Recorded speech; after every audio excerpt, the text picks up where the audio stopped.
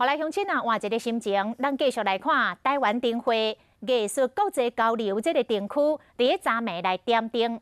其中新住民艺术主灯是15公尺悬的海之女神，用梧桐的梗材来做基础，用30万粒的蚵仔壳串出着女神的裙旗尾。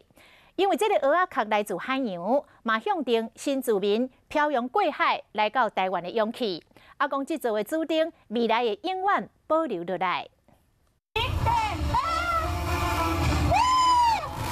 悬15公尺海之女神点灯，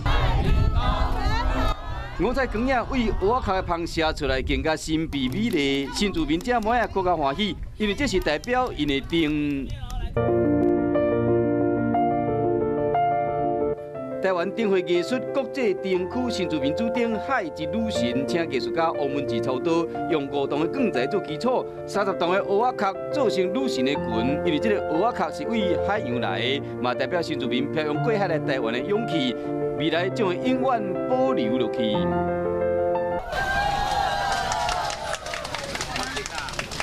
主灯整个广场会使用来表演，灯饰内面用9个东南亚国家吉祥图做投影，做成这个迷宫。这个踩伫海边的女神已经成为新的景点。